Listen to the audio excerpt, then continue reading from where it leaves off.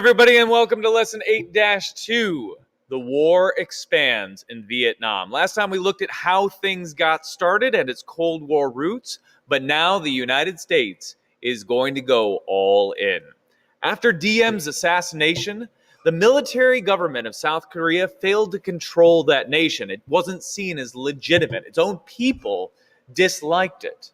And North Vietnam simply increases their support of the Viet Cong, trying to help the communists in the South so they could reunite the nation.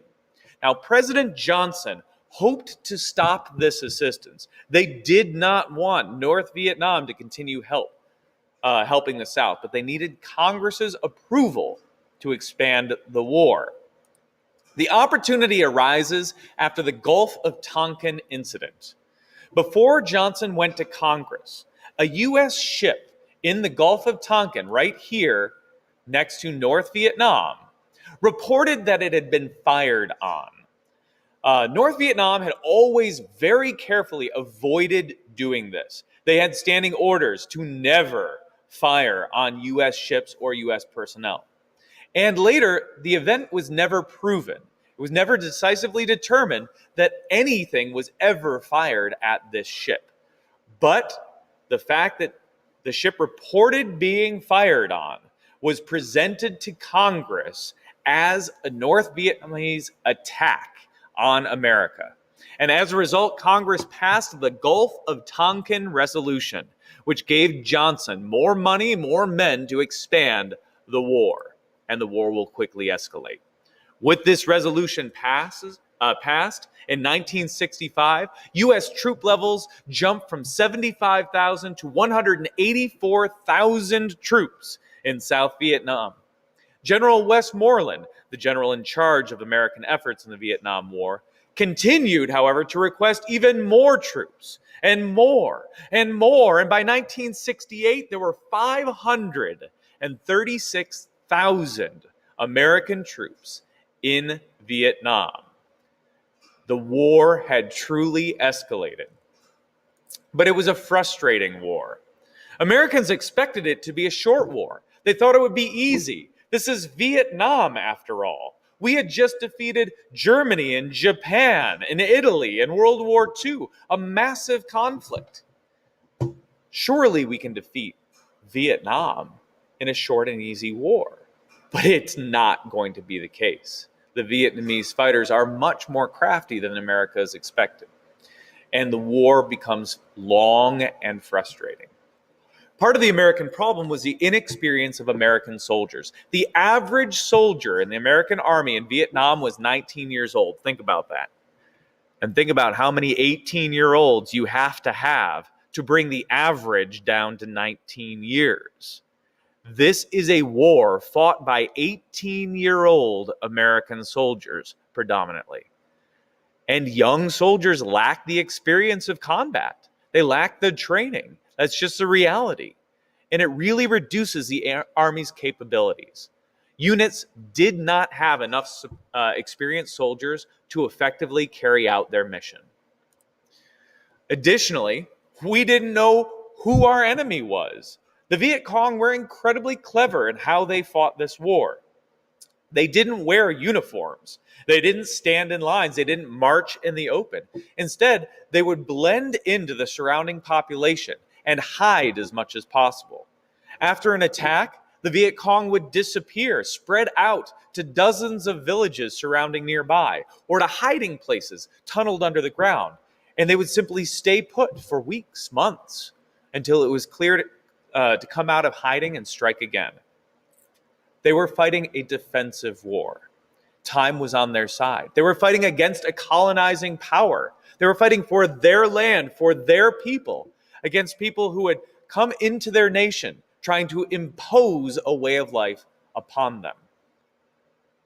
This is rarely ever a successful strategy in war, to impose your will on others. And so the Viet Cong had a number of things on their side. Now, Americans did try to combat this. We did try to attack them at their strengths. The Viet Cong hid in the jungle. They hid in a series of tunnels. So let's destroy the jungle. We used Agent Orange, a defoliant. It kills plant life. And we spread it widely over the nation, killing the jungles. And once those trees were all dead and drying out, we used napalm, which is jellied gasoline, to then set the jungle on fire. We burnt the country to the ground so they couldn't hide in the jungles anymore.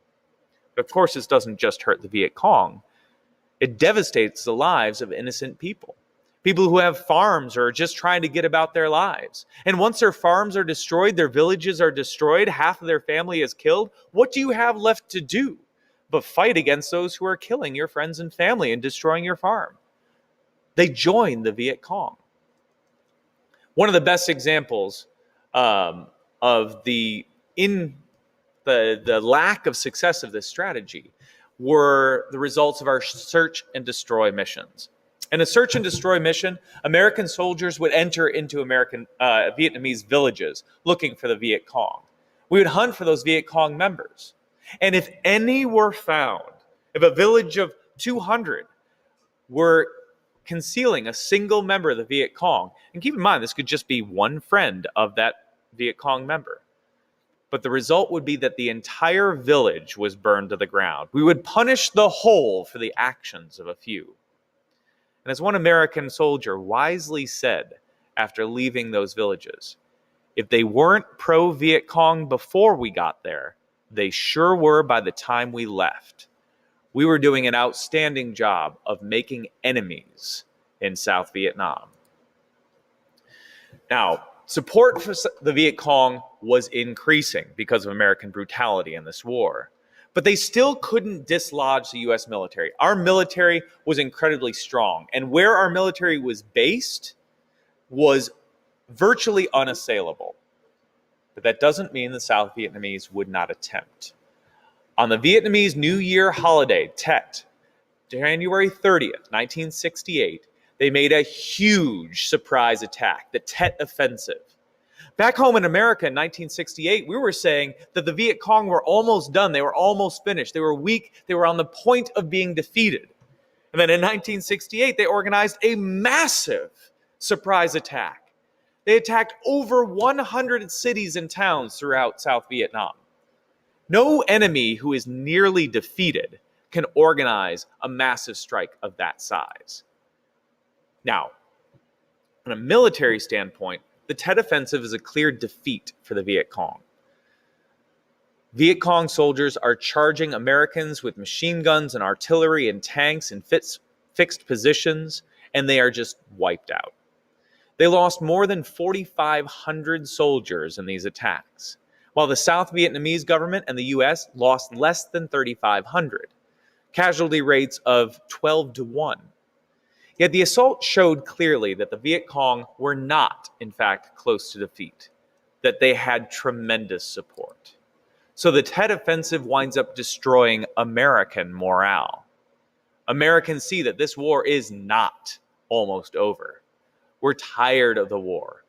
It seems to go on forever. We keep fighting and nothing ever happens. We don't win.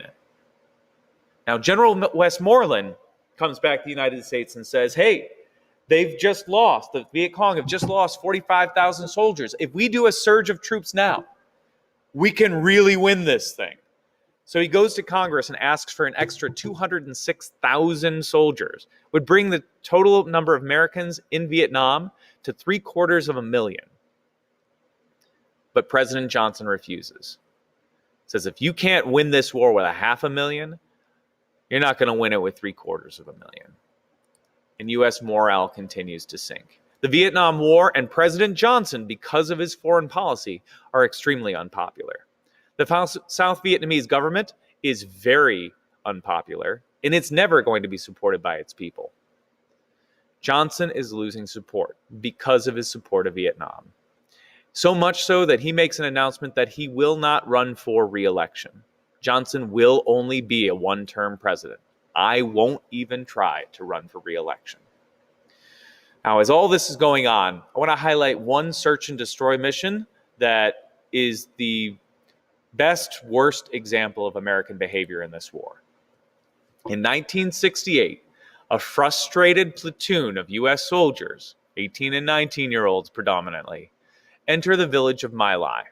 This is a search and destroy mission. They're looking for Viet Cong, but they can't find any.